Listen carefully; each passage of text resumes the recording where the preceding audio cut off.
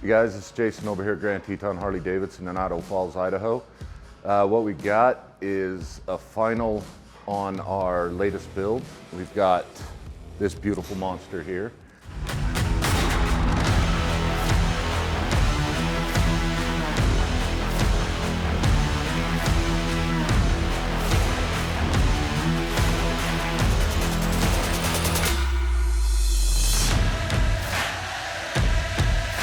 We started this project about 1.5 years ago. The owner of the bike wanted something different, wanted a little bit of performance bagger mixed with old school, and I'm pretty sure we gave him what he asked for. The bike started its life as a 2021 Road King, and this is the final project. With this build, the first thing that we did was we yarded the stock motor out. He wanted big, he wanted power, something that he can ride and show at the same time. So what we ended up doing was getting a crate 131 from Harley-Davidson. We put a 468 cam in it with a high flow cam chest. It's a monster. It screams.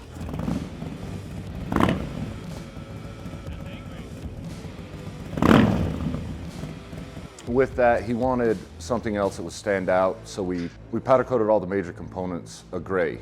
He had a car that was gray, black, and gold. So we kind of themed it around this car. Our powder coating is amazing. The color's called Texas Gray. It took us a few times to find it, but I think it went perfect. So with that, going with that 131, we went with a 2-in-1 Fuel Moto jackpot exhaust. So with that exhaust, it comes raw. And the nice thing about that is as it heat cycles, it'll turn gold, which on this bike, we've got a ton of gold leaf inlays, the suspension. So to have that exhaust be able to turn that gold color just ties in perfect. After we got that done, we couldn't stop there. So we ended up going with an Öhlins inverted front end. We went 2 inches over and 2 inches over in the rear with Öhlins adjustables. Brought the bike up off the ground to give it that just more of a performance stance. This bike should handle corners and anything you throw at it without an issue. We did that, then we had to worry about stopping. So we ran Brembo Brakes, front and rear, Galfer rotors. Thing stops on a dime. It's beautiful. The body kit is the old FXR-Styled fairing with the lowers. Had to put T-bars on it, just kind of keep with what's happening right now with trends, but it is such a rush to ride. It's just a machine. Went with 4G Auto wheels. 4G Auto is a company that makes high-end wheels for performance cars. We found out they made motorcycle wheels, so we had to have some made. They tied in with it beautifully. I couldn't have picked a better wheel. We've put a lot of time, a lot of trial and error, but it finally pulled together, and I think she's ready. Beautiful. Back with the bars, we chose to run with Kraus. Kraus Racing really stepped up for us. We went with this setup because it has an internal riser built into it. We can solid mount it, but we still get a little bit of cushion from the vibration. They're clean. They're just super clean, fully adjustable up top. We went with a Dakota digital gauge for a couple reasons. One, it looks amazing blacked out, but two, it'll keep track of everything this bike does.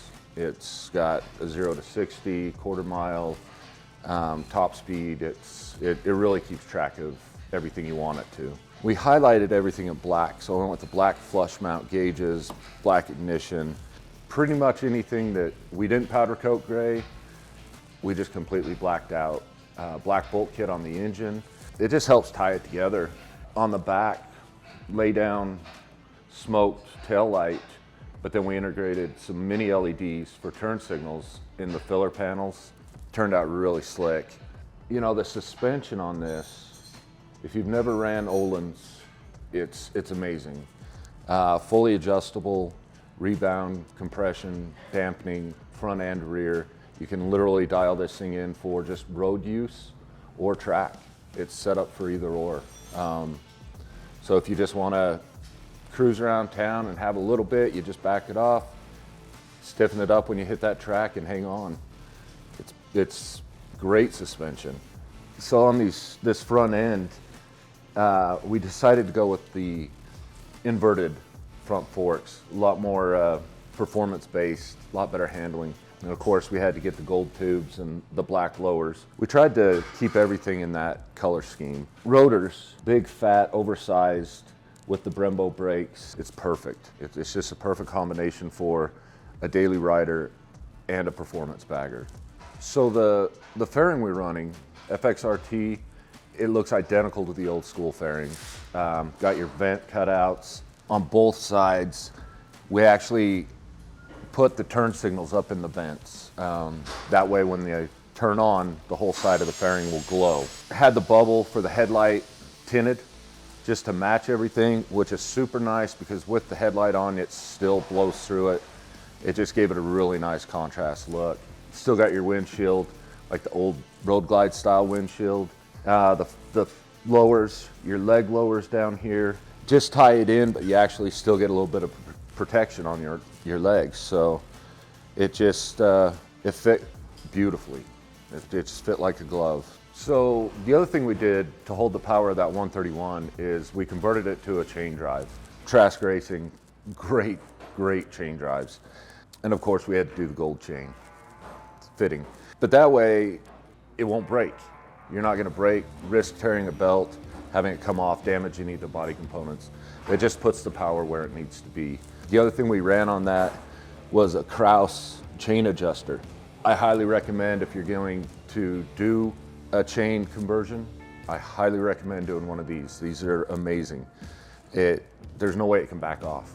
It'll just stay as tight as you want. You can adjust on the fly, on the side of the road if you have to with a simple wrench and an Allen tool. It's got notches so you can, or clicks in it so you can keep track of your side to side. Great idea if you're going with a big motor. So the other thing we did to put the power where it needs to be is we ended up running a Thundermax tuner. It's an aftermarket tuner that is basically dynoing your bike just constantly. It allows us to do a little more fine tuning with the air fuel, your mapping, and it really works out great on stuff like this. So another thing we did was we changed all the foot controls. We had to find something that would fit with these fairing lowers. It was tough.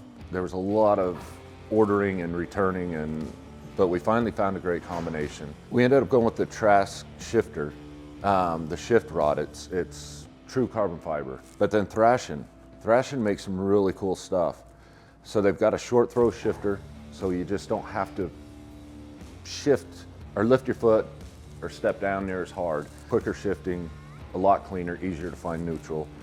But we went with their shorter front shift arm and the standard on the rear. And they're short boards. We raised them, extended them.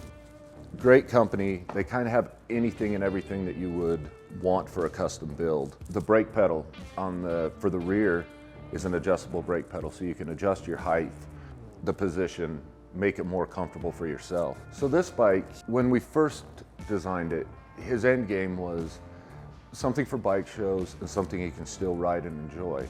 This was a very custom build. It took a lot of time and a lot of work, but it's something that we do here. So if you have an idea, if you've got a picture in your mind of how your bike should look or the way you would like it to look and perform, come down and see us at Grand Teton Harley-Davidson.